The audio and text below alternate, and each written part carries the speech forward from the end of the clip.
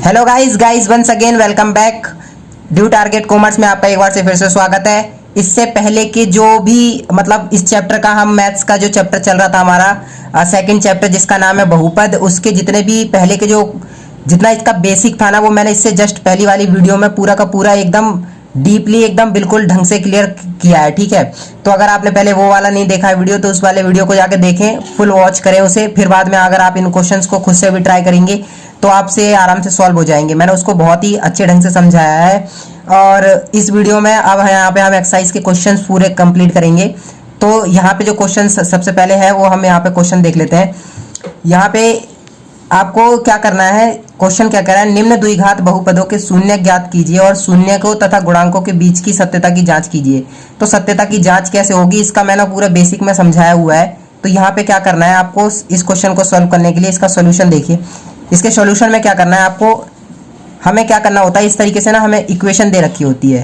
देखिए आपको कोई भी इक्वेशन दे रखी होगी वो तीन रूपों में मिलेगी, या तो A X square plus B Y plus C is equal to 0, या तो आपको इक्वेशन इस रूप में मिलेगी, या फिर इक्वेशन आपको किस रूप में मिलेगी, A X cube plus B Y square plus C is equal to 0, या तो क्यूब है ये क्यूब, या तो A X cube plus B Y square plus C इस रूप में मिलेगी, या तो इस रूप में। ज्यादातर हमें इक्वेशन इस रूप में मिलती है, इसे द्विघात समीकरण बोला जाता है। तो ये देखो, इससे हम कंपेयर करके देख रहे हैं तो इक्वेशन हमारी इसकी जैसी दिख रही है। एक्स ये इसके आगे कुछ नहीं है, यानी एक्स की वैल्यू 1 है। तो ये ए और बी जो है वो हमारे यहाँ पे क्या होते हैं, यहाँ पे जो ए बी होते हैं वो हमारे अचर होते हैं। ठीक है, ए बी क्या होते हैं हमारे, ए बी होते हैं हमारे अचर। और ये जो वैल्यू है वो इससे कंपेयर करने पे हमें पता चल रही है इसकी जैसी दिख रही है सेम। तो अब क्या करेंगे, सबसे पहले हम फैक्टर करते हैं, पहली वाली संख्या का लास्ट वाली संख्या से गुणा करते हैं। यानी कि 1 को 8 से गुणा करेंगे तो कितना आएगा, 8। अब रफ पे इसको आपको क्या करना है, रफ में इसको कैलकुलेट करके देखना है इस तरीके से। इसके फैक्टर आपको इसके क्या निकालने हैं, अभाज्य गुणनखंड। 1 को 8 से पहले गुणा करना है, 8 आएगा। अब इसके अभाज्य गुणनखंड 2 चौक 8, 2 दूनी 4 और 2 एकम 2। इस तरीके से अभाज्य गुणनखंड। अब हमें देखना होता है कि हम यहाँ पे ना ये वाला जो प्रोसेस है ये सबसे ज़्यादा इंपॉर्टेंट है। अगर आपने ये वाला सीख लिया तो इसके बाद सारे क्वेश्चन बहुत ही ईजी हो जाएंगे। तो सबसे पहले करना क्या है, यहाँ पे हमें इस तरीके से वैल्यू ढूंढनी होती है कि हमारा -2 आ जाए। मतलब जोड़ें, गुणा करें, घटाएं, कुछ भी करें, लेकिन हमें क्या लाना है, यहाँ पे -2 आ जाए। तो मैंने सोचा ऐसे, मैं 2 को 2 से गुणा करता हूँ, क्या आ जाएगा 4, और उसमें से 2 मैं घटा दूंगा। तो इस तरीके से मैंने सोचा, लेकिन मैंने सोचा यार 4 तो प्लस का बड़ा आ जाएगा, मेरे को माइनस का 2 चाहिए। तो मैंने सोचा इसे माइनस का 2 ले लेता हूँ और 2 को प्लस, क्योंकि प्लस माइनस प्लस क्या होता है, माइनस होता है, यानी माइनस का 2 आ जाएगा। तो मैंने इस तरीके से सोचा। अब क्या करेंगे, तो इसको मैंने इस तरीके से सोचा, तो मैं इसको यहाँ पर सेम टू सेम इस तरीके से यहाँ लिखता हूँ, x square -4x plus 2x -8। अब देखो यहाँ से मेरे को क्या कॉमन दिख रहा है, इसमें भी x है, इसमें भी x है। तो मैंने क्या सोचा, इसमें से एक x कॉमन ले लेता हूँ अगर मेरे को मिल रहा है तो x कॉमन आ गया। इसके पास 2x थे, इसके पास 1 था, तो 1 बाहर आ गया, तो इसका 1 अभी अंदर बच गया, और ये -4 ऐसे।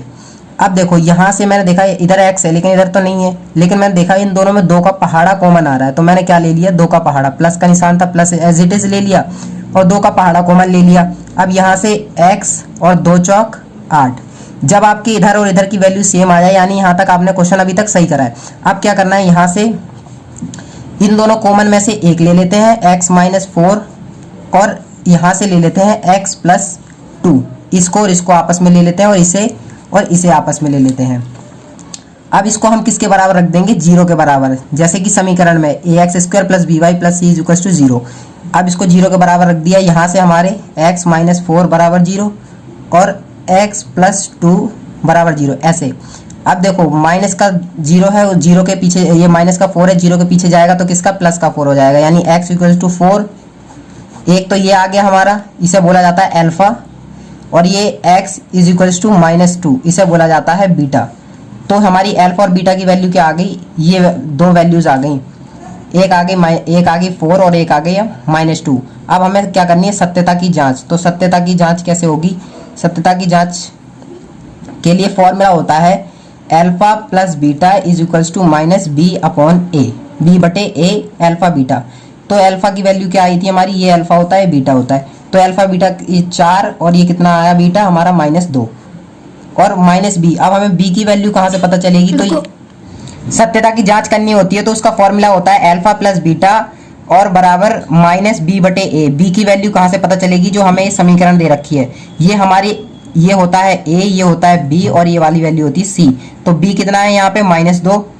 तो हम यहाँ लिख देते हैं -2 और एक फॉर्मूले में पहले से माइनस है तो इस माइनस को मैंने बाहर ऐसे लिख लिया।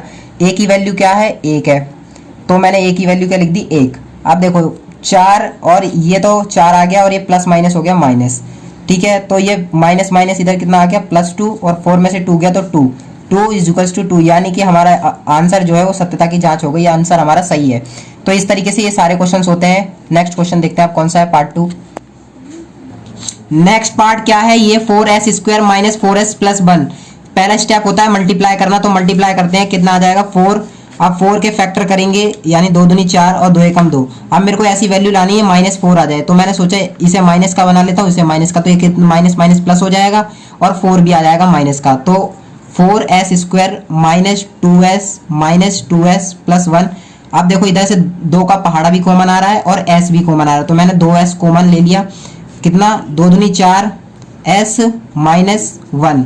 यहाँ से कुछ कॉमन नहीं आ रहा तो मैंने यहाँ से माइनस का 1 कॉमन ले लिया। जब कुछ नहीं होता तो माइनस का 1 कॉमन ले लेते हैं।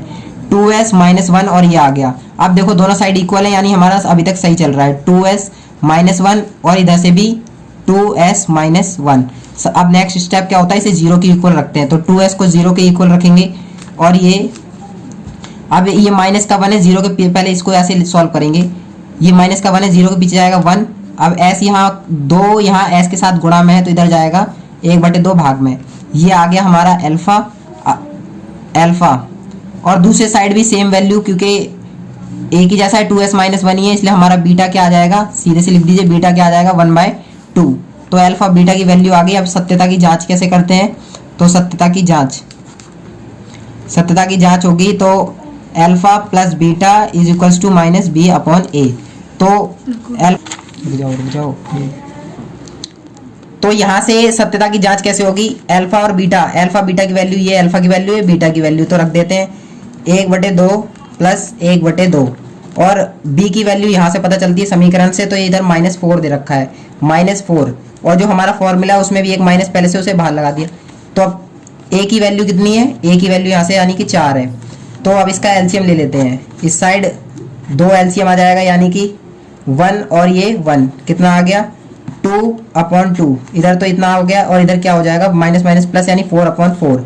तो कितना आ जाएगा? 4/4, 4 × 4, 2 एकम 2, यानी 1 = 1। सत्यता की जांच हो गई, बराबर आ जाता है, यानी हमारा क्वेश्चन है थर्ड पार्ट 6x² - 3 - 7x।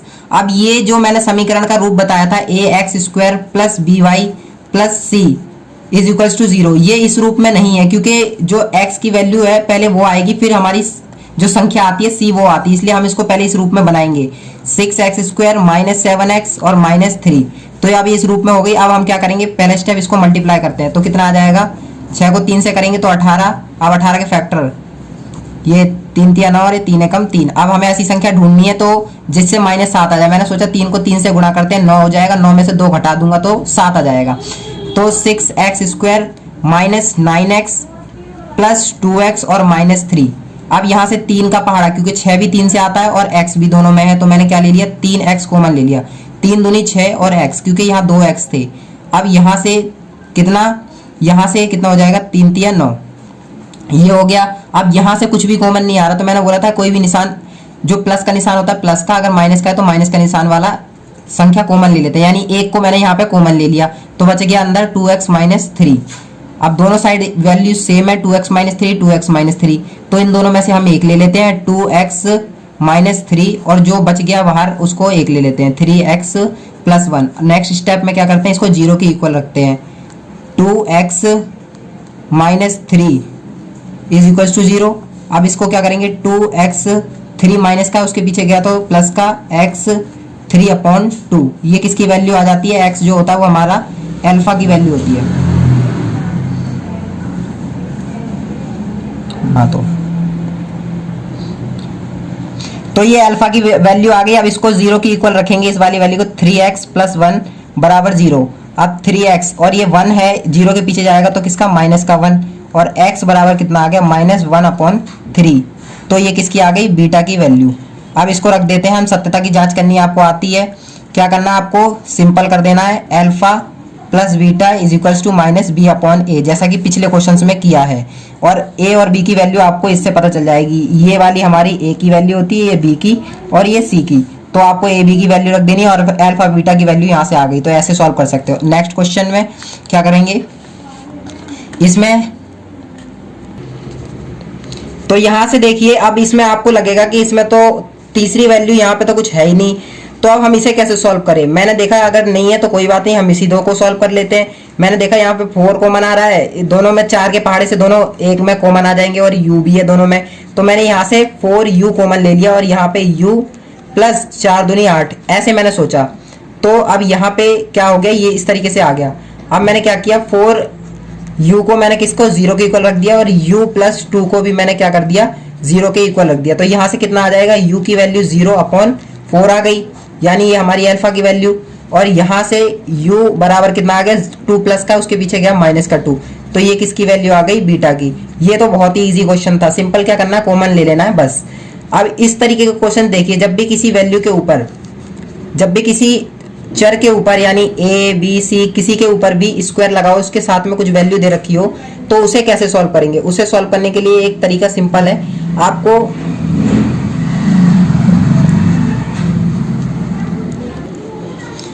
तो जब भी इस तरीके की वैल्यूज हो के उसके ऊपर स्क्वायर हो और सिंपल ऐसे दिया हो, तो आपको कुछ नहीं करना, बस वैल्यू को सेम उतारना है और उसको 0 के बराबर रखना है, पहला स्टेप। दूसरे में आपको टी स्क्वायर को ऐसे रखना है। तो नेक्स्ट स्टेप में क्या करेंगे, 0 के इक्वल रख दिया इसे। अब नेक्स्ट स्टेप में हम करेंगे टी स्क्वायर, जो वैल्यू है उसको 0 के पीछे ले जाएंगे, यानी कि 15 माइनस का था, इधर आके प्लस का हो गया। अब टी के ऊपर जो रूट है ना, वो हम इसके ऊपर लगा देंगे, 15 के ऊपर रूट, और रूट लगाते हैं तो इसके आगे प्लस माइनस बाहर साइन लगाते हैं। तो इस तरीके से क्या आ जाएगा, टी की वैल्यू हमारी आ जाएगी एक बार प्लस का रूट 15 और एक बार माइनस का रूट 15। इस तरीके से हम इन क्वेश्चंस को सॉल्व करेंगे, जितने भी क्वेश्चंस इस तरीके के आएंगे। That's it for today's guys. इस तरीके के और वीडियोस के लिए हमारे चैनल को सब्सक्राइब करें, और इसका जो दूसरे क्वेश्चन है उसके जितने भी पार्ट्स हैं वो इसी आपको वीडियो में मिल जाएंगे। तो थैंक्स फॉर वॉचिंग।